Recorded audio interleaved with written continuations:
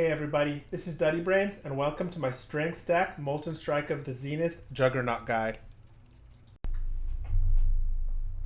Let's talk about the pros and cons of this build. Starting with the pros, we have damage. This build never really struggles with damage, and as you invest more and more, the damage just gets higher and higher. The damage starts high in this build and can become absolutely insane if you invest enough.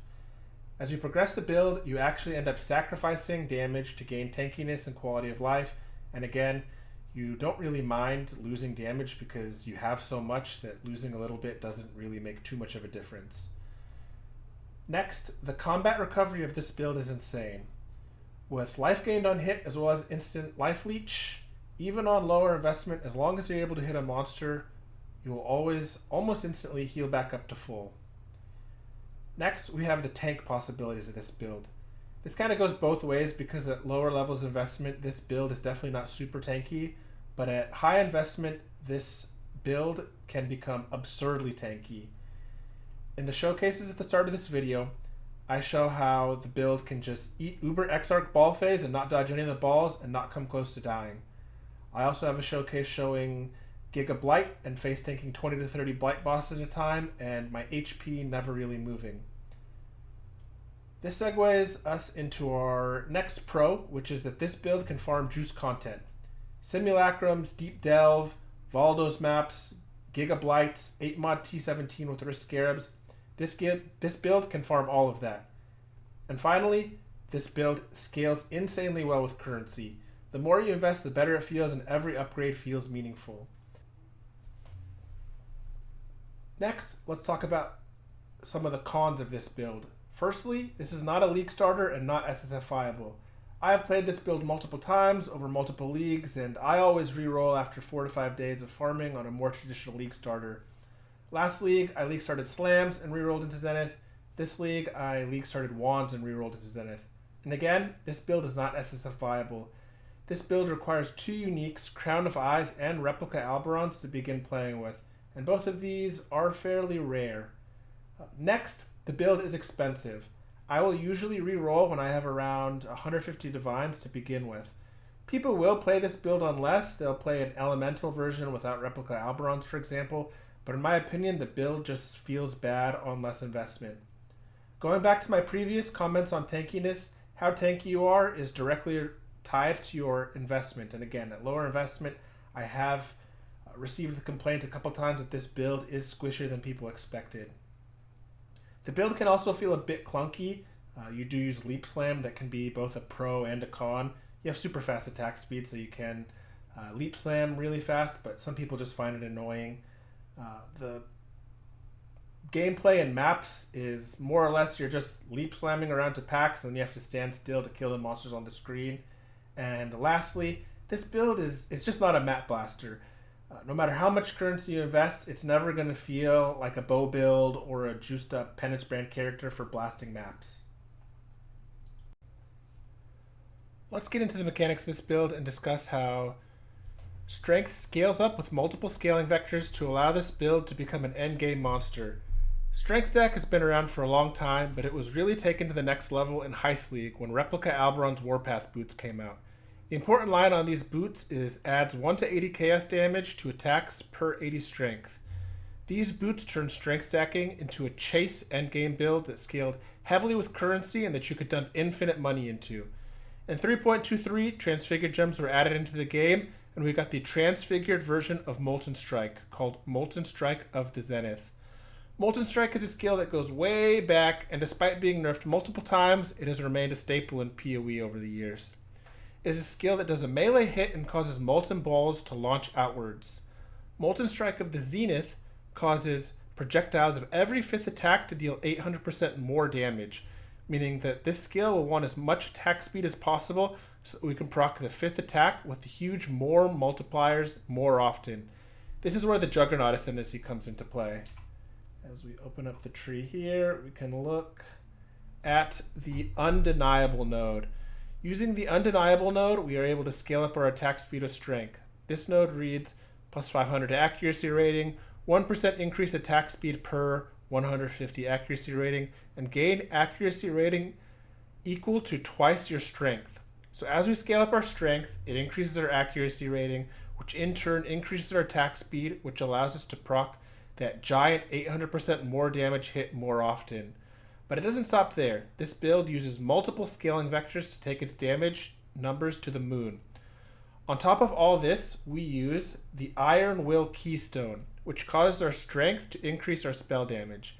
Now, you may be thinking, Molten Strike is attack. Why do we care to scale up our spell damage? And that is where Crown of Eyes comes into play. Crown of Eyes causes increase and reductions to spell damage to also increase attack damage at 150% of their value. Now Strength is giving us flat damage from Replica Alberons, attack speed from the undeniable Juggernaut node, increased spell damage from Iron Will, which in turn increases our attack damage for our Molten Strike because of Crown of the Eyes. There are even more things that scale this, can scale the damage up of this build, and we'll get into that later in this build guide.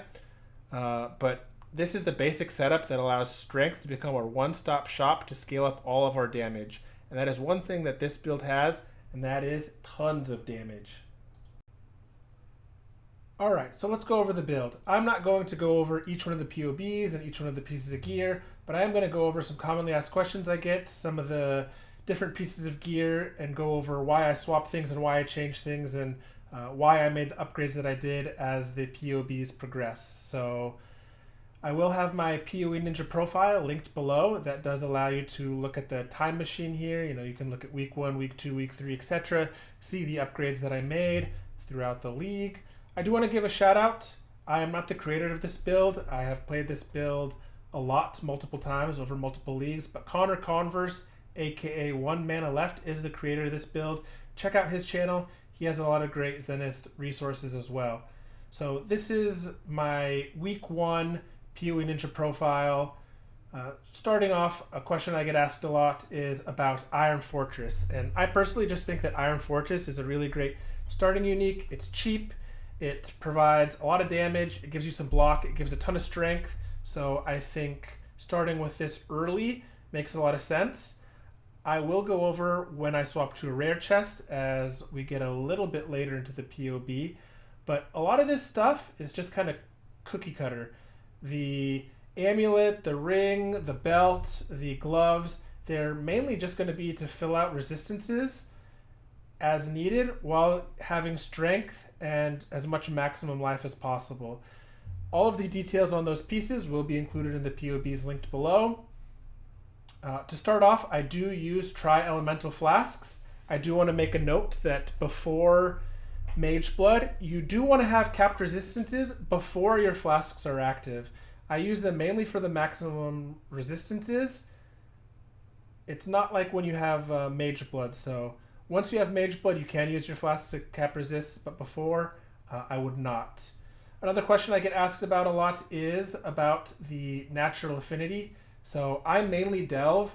I think Natural Affinity is really great in Delve because you just run from node to node. Once you get to the actual node, you're mainly holding still for 30 seconds to a minute as you clear the node. So the fact that your movement speed is nerfed a bit is not really a big deal. You get a ton of damage reduction, you get a ton of damage, so it's really nice. The other piece of content that it's nice in is Simulacrum. I end up using it all the time just because I'm used to it, but I do get people complaining that it is a bit annoying to use. So if you're delving, if you're doing Simulacrum, I think it's really important. If not, you can probably skip it. The other thing that I get asked about is the Balance of Terror Jewel. So there's a few ways that you can get Wither on this build. You can use the Sin's Rebirth Flask. You can use Withering Step on automation. Or finally, you can use the Balance of Terror, which grants Inflict Wither for 2 seconds on hit if you cast Despair in the past 10 seconds. So this is my preferred method of getting it. It does require you to socket a Despair into your gear somewhere. It just needs to be a 1 link. You don't care about actually the curse itself, so I just leave it at level 1. I mainly only use it on bosses, so I get to the boss, I cast Despair, and then all my hits will wither. As I get deeper in Delve, I will use it more regularly just because, while you're standing still in a node, it doesn't hurt to just cast it every once in a while, and the monsters do start to get pretty tanky. Next up, we have the Lethal Pride. You will have to do some digging and figuring out what Lethal Pride is within your budget and works best for the nodes that you plan to take. There are a couple optional nodes that you can take if the Lethal Pride has good stuff on it. Ideally, you want to prioritize percent strength, flat strength, and getting one node that has one rage on hit is really, really valuable. That will save you a point. Some other good nodes that you can grab are Intimidate on hit, Maximum Life, or Regen. Crit reduction can also be a bit nice. The rest of the nodes are kind of whatever. So that's what I would prioritize. Everything else, like I said before, I mainly just use to cap out my resistances. Rare jewels, again, resistances, strength, maximum life. One little bit of flexibility that you have is with your split personality jewels. So in this current setup, I use maximum life and strength, which is the best in slot. But I think if you need to be a little bit flexible with your gear, you can get +5 strength and +5 intelligence here. And that allows for some flexibility in case you get a ring or an amulet or something that doesn't have intelligence on it. So I will switch it to the next snapshot, week 3, to go over some of the upgrades that I made. I do think that Mage Blood has huge value in this build. I like to get it pretty early on. I think that getting the flasks allow you to solve your resistances. In this current setup I am using Velako's Flesh and Flame, so I'm only using the Ruby flask, but I do think that before you have Velako, it's perfectly fine to just, again, use all tri-elemental flasks, Topaz, Sapphire, and Ruby, have them set up as Mage Blood flasks. It gives you a ton of max res, it'll fix all your resistances so that you can get different suffixes on your gear, and can do things like make it so curses don't have an effect on you. If you need to get ailment immunity, all of that, you can get that taken care of with Mage Blood. Another question I get asked a lot is when to switch to a rare chest. So here you can see I've switched to the rare chest. For me, I think the biggest thing is when you get a Nimbus. So you do lose quite a bit of damage when you move off of the Iron Fortress, but you gain a lot of that back when you get a Nimbus ring. So that causes projectiles to return back to you. It doesn't have the downside that the return Proj gem has, which is, they do reduce damage. I don't know the exact number, but I think on return with return Proj, they only do about 1/3 of the damage.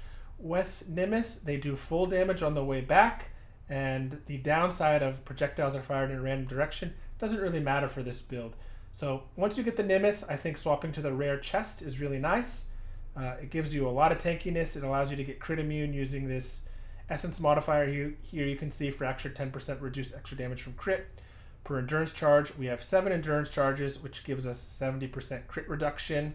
We take the other mastery to get the final 30%, which allows us to become crit immune. And it just gives us a bunch of energy shield and a bunch of armor, which is super valuable.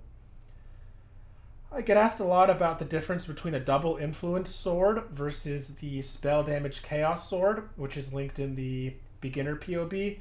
Realistically, they are fairly similar. The double influence sword is a bit more damage. I don't know the exact number, maybe something like 20 to 30% more damage. But the chaos damage and spell damage sword is usually a bit cheaper on League Start. That's why I started with that. But you can check trade for current prices. Some pretty cool tech this league that is not generally been available before is the availability and the ability to go for the Shaper mod, 3 to 5 fire damage per attacks with this weapon per 10 strength. So generally you've needed Original Sin for that, and the reason for that is that Replica Alberons has the line on them, deal no non-chaos damage. So if we had this mod and we had no way to convert fire damage to chaos damage, Replica Alberons just more or less deletes the damage, deletes the fire damage. But this league, we have the Falborn Red Nightmare, which grants fire resistance or all elemental resistance in radius, grant fire damage converted to chaos damage at 100% of its ratio. So we slot this in at the jewel slot down here near the endurance charges on the right side of the tree. You can tattoo some of the strength nodes for fire resistance. It doesn't give you full 100% conversion, but even if you get 50, 60, 70% conversion, it's still a massive damage increase. So I used this for quite a long time. I used it for up until I got Original Sin, And once I got Original Sin, then I switched the Foulborn Red Dream for the one that gives max life for fire res. Lastly, I've also included a Giga Aspirational POB with all of the expensive goodies for you guys to check out.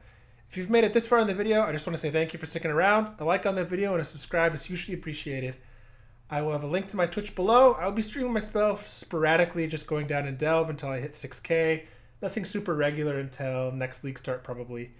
If you have any questions about anything in the video or anything that you would like to suggest related to a topic related to Zenith or Delve, please let me know in the comments below. And thank you. I'll catch you guys next time.